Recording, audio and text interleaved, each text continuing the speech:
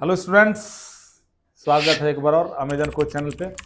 हम complex number को continue कर रहे हैं इस आज के लेक्चर में भी, और आज आपको बहुत बढ़िया बेहतरीन कंसेप्ट बताने वाले हैं। ध्यान देना, आज हम डिस्कस करेंगे equal complex number. Equal complex number के ऊपर पता है मतलब छोटा से छोटा क्वेश्चन भी जेई लेवल का आ जाता है इससे, और 90% बच्चे जिनको कंसेप्ट का पता नहीं होता है वो गलती कर जाते हैं। एग्जाम्पल के तौर पे तुम लोगों के सामने एक क्वेश्चन मैं रख रहा हूं, ध्यान से देखना, और तुम ही लोगों को बताना है आंसर कि इसका आंसर क्या होगा और क्यों होगा। उसके बाद इस equal concept equal complex number के ऊपर 2 नंबर का क्वेश्चन कैसा आएगा वो भी बताऊंगा, 3 नंबर का क्वेश्चन कैसा आएगा वो भी बताऊंगा। तो तुम्हारे लिए क्वेश्चन जो मैंने बनाया यहां ध्यान से देखो, यदि इफ Z1 का वैल्यू दिया है 200 प्लस 300 आयोटा, ध्यान दो इधर सीखो, और Z2 का वैल्यू दिया है 205 प्लस 299 आयोटा। ये Z1 हो गया, ये Z2 हो गया। देन अब देखो, ये एनडीए का आया हुआ क्वेश्चन है। एनडीए के एग्जाम में ये क्वेश्चन ऑलरेडी पहले आ चुका है। Z1 दिया है 200 प्लस 300 आयोटा, Z2 दिया है 205 प्लस 299 आयोटा। भाई तुम लोगों के लिए भी चैलेंज है, ये एनडीए का आया हुआ क्वेश्चन है। एनडीए में, अच्छा एनडीए में सब्जेक्टिव नहीं आता, ऑब्जेक्टिव आता है। ऑप्शन दिए होंगे, सही ऑप्शन चूज करना होता है। तुम इतने सारे बैठे हुए हो, 250 बच्चे बैठे हो, देखता हूं तुम में से सही ऑप्शन कोई दे पाता है कि नहीं दे पाता है। ऑप्शन क्या दिया हुआ है यहाँ पे? ऑप्शन फर्स्ट है Z1 less than Z2, option second है Z1 greater than Z2, option third है Z1 is equal to Z2, option fourth है नन ऑफ दिस।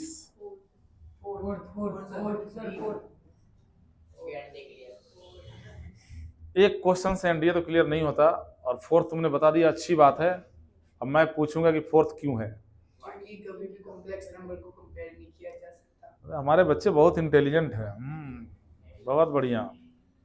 कॉम्प्लेक्स बिल्कुल सही आंसर दिया, ये फोर्थ है। Complex number can't be comparable, complex number को compare नहीं किया जा सकता। अगर चलो यहाँ 2000 यहाँ 3000 कर दूं ना, तो भी आप इसको बड़ा इसको छोटा नहीं बोल सकते। ध्यान रखना इस बात का। अगर मैं यहाँ 2000 कर दूं, यहाँ 3000 कर दूं, यहाँ 2 कर दूं, यहाँ 3 कर दूं, बड़ा छोटा नहीं हो सकता। But complex number can be equal, equal तो हो सकता है भाई, बड़ा छोटा नहीं हो सकता, क्योंकि आयोटा जो है एक इमेजिनरी कॉम्प्लेक्स नंबर है। इसलिए आप कौन बड़ा कौन छोटा ये नहीं बता सकते, लेकिन इक्वल हो सकता है। आपका आंसर बिल्कुल सही था, इसका मतलब ये नहीं हुआ कि आप एनडीए क्वालिफाई कर जाओगे। मेहनत करना पड़ेगा इसके लिए, ये क्वेश्चन सही बता देने से नहीं होता है ना। आंसर हमने लिख दिया, यहाँ पे आंसर लिख दिया डी, और इसका लॉजिक मैंने बता दिया। Complex number can't be comparable, comparable whenever when two complex numbers are equal, and whenever the two complex numbers are equal, two complex numbers are equal if and only if their real and imaginary parts are equal। Real part real के बराबर होगा, वास्तविक अंश वास्तविक अंश के बराबर होगा, काल्पनिक अंश काल्पनिक अंश के बराबर होगा, तब कॉम्प्लेक्स नंबर बराबर होगा। दैट मीन्स इसको हम ऐसे लिखेंगे, if Z1 is equal to A plus iota B and Z2 is equal to A X plus iota Y and again and Z1 is equal to Z2। ये कब possible है? If and only if, if and only if, ये सिर्फ और सिर्फ तभी possible है ए x के बराबर हो और बी वाई के बराबर हो, यानी रियल पार्ट के बराबर हो, इमेजिनरी पार्ट के बराबर हो, तभी दो कॉम्प्लेक्स नंबर इक्वल हो सकते हैं। अदरवाइज दो कॉम्प्लेक्स नंबर इक्वल।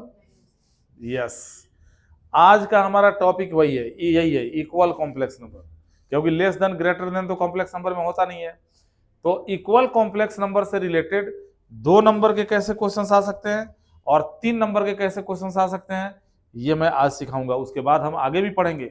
आज हम कॉम्प्लेक्स नंबर के जो कुछ टर्म्स हैं, modulus of complex number, conjugate of complex number, उनमें से भी कुछ चीजें सीखेंगे।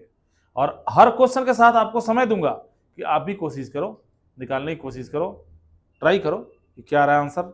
अगर आप नहीं निकाल पाओगे मैं यहाँ पे सॉल्व करूंगा। ओके, तो आ जाओ। अगला पहला क्वेश्चन जो आपके सामने आ रहा है, अभी आपके स्क्रीन पे आ रहा है, 2 नंबर के लिए। क्या है वो क्वेश्चन, अभी दिखा। मैंने आप लोगों को 2 मिनट का समय दिया। कुछ बच्चों ने सही किया, कुछ ने गलत किया, कुछ कर भी नहीं पाए। अरे यहाँ पे करना क्या होता है, कुछ नहीं करना होता है, आप इसको नॉर्मली आगे बढ़ाओ। इसको पहले या तो इसको रेशनलाइज कर दो, इसको रेशनलाइज कर दो, इसको रेशनलाइज कर दो। एक तरीका ये होता है, मतलब इसे भी स्टैंडर्ड फॉर्म में लाओ, इसको भी स्टैंडर्ड फॉर्म में लाओ, कंपेयर कर लो। रियल पार्ट रियल के बराबर, इमेज बराबर का साइन लगाया, दोनों तरफ कॉम्प्लेक्स आएगा तो रियल रियल के बराबर होगा, इमेजिनरी इमेजिनरी के बराबर होगा। ऐसे में 2 इक्वेशन बनेंगे, दोनों को सॉल्व कर दोगे, एक्स वाई निकल जाएगा। या एक और तरीका ये हो सकता है कि इन दोनों का एलसीएम कर दो। एलसीएम करोगे तो यहाँ हो जाएगा 1 + 2 आयोटा इंटू 3 - 4 आयोटा, होगा ना। इसको इससे डिवाइड करोगे तो ये बचेगा, इसका इंटू एक्स से कर दो, यानी 3 - 4 आयोटा इंटू में एक्स। इससे डिवाइड करोगे तो ये बचेगा, इसका इंटू वाई से कर दो, 1 + 2 आयोटा इंटू में Y is equal to 3 - 14 iota upon 11 + 2 iota. अब आप क्या करो, इसको मल्टीप्लाई करो। देखो हम स्टैंडर्ड फॉर्म में तो लेके आएंगे ही, एक्स से ऊपर इंटू कर दिया, 3x, एक्स से इसका इंटू किया, -4x आयोटा, वाई से इंटू किया, -y, वाई से इसका इंटू किया, -2y आयोटा। नीचे मल्टीप्लाई कर दो। जब मल्टीप्लाई करोगे 1 का 3 से करोगे 3, 1 का 4 आयोटा से -4 आयोटा, 2 आयोटा का 3 से 6 आयोटा, और 2 आयोटा का 4 से -8 आयोटा स्क्वायर। और दूसरी तरफ क्या है, 3 - 14 आयोटा अपॉन 11 + 2 आयोटा। तुम्हारे दिमाग में चल रहा होगा कि सर आप इधर क्यों नहीं रेशनलाइज कर रहे हो, इसको तो बना लो स्टैंडर्ड फॉर्म में। अरे भाई यहाँ पे वेरिएबल्स भरे पड़े हैं, यहाँ भी एक कॉम्प्लेक्स नंबर आने जा रहा है, तो मैं इसको रेशनलाइज करूंगा तब तो और पंगा होगा, और लेंदी बनेगा। मैं इसको इधर इंटू में लाने वाला हूं, उसके बाद तब जो इंटू करके आएगा तब रेशनलाइज करेंगे, काम आसान हो जाएगा। एक्स वाई से लड़ना मुश्किल है।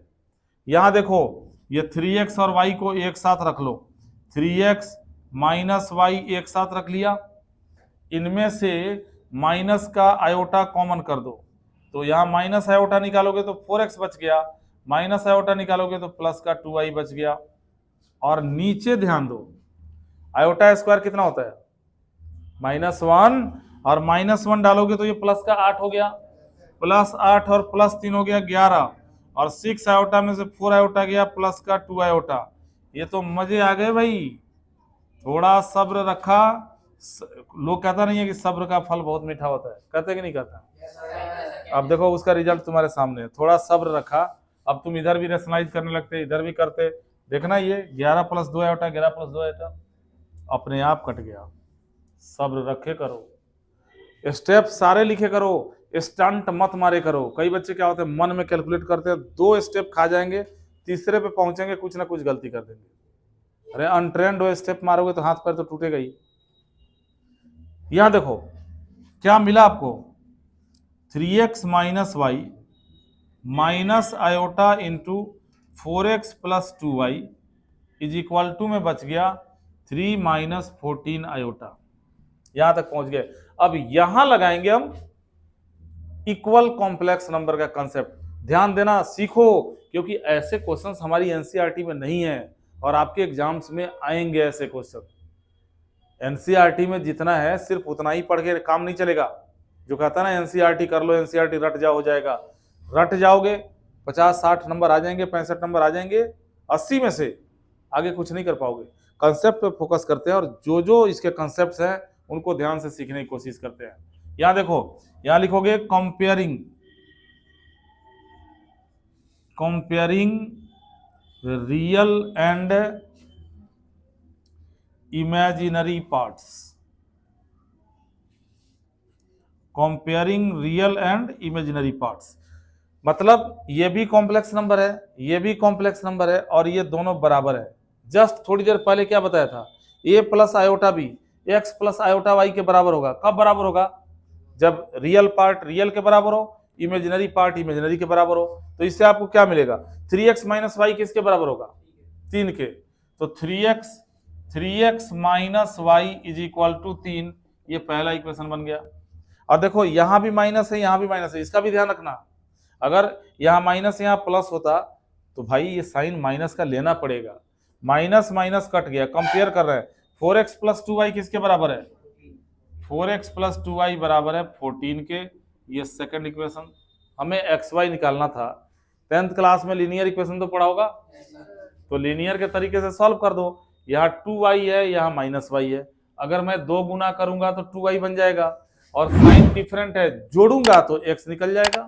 यानी क्या लिखोगे इसको, from second plus 2 time first. हमें तो xy निकालना है, सेकंड को पहले लिख दो, 4x plus 2y is equal to 14। इसका 2 गुना करके लिखो, 6x minus 2y is equal to 6। अब जोड़ दो। जोड़ते समय नीचे साइन चेंज नहीं करते। आजकल के बच्चों को ये सब भी बताना पड़ता है, कैसे भी ठेल ठाल के वो पहुंच जाते हैं 10th करके 11th में, बड़ा दिक्कत होता है, बेसिक कमजोर होता है। 2y कट गया, 4 और 6 हो गया 10x, 14 और 6 हो गया 20, x का वैल्यू कितना हो गया 2, ये x निकल गया। इसी x की वैल्यू को किसी एक इक्वेशन में डाल दो, ये प्लस वाले में डालो, गलती की संभावना कम होगी। यानी यहां लिखोगे put x is equal to 2 in second. Second में जब x को 2 डालोगे तो 4 दूने 8 प्लस 2y बराबर 14, 2y बराबर, ये 8 जाएगा माइनस में, 14 माइनस 8, 2y बराबर 14 में से 8 गया 6, y का वैल्यू कितना आ गया 3 आ गया। ये तुम्हारा आंसर हो गया, x बराबर 2 y बराबर 3। तो आपके एग्जाम में इस टाइप का क्वेश्चन भी आपसे पूछा जा सकता है। अगले लेक्चर में हम आपको बताते हैं कि 3 नंबर का ये इक्वल कॉम्प्लेक्स नंबर से रिलेटेड कैसा क्वेश्चन आता है, क्योंकि आप लोग 12-13 मिनट से ज्यादा का वीडियो देखना तो पसंद करते नहीं है। आजकल के बच्चों को तो बिना हाथ हिलाए नंबर चाहिए, कम लिख के ज्यादा नंबर चाहिए। तो भाई इंतजार करो, अगले लेक्चर में हम बताएंगे कि 3 मार्क्स का इक्वल कॉम्प्लेक्स नंबर से रिलेटेड कैसा क्वेश्चन आएगा।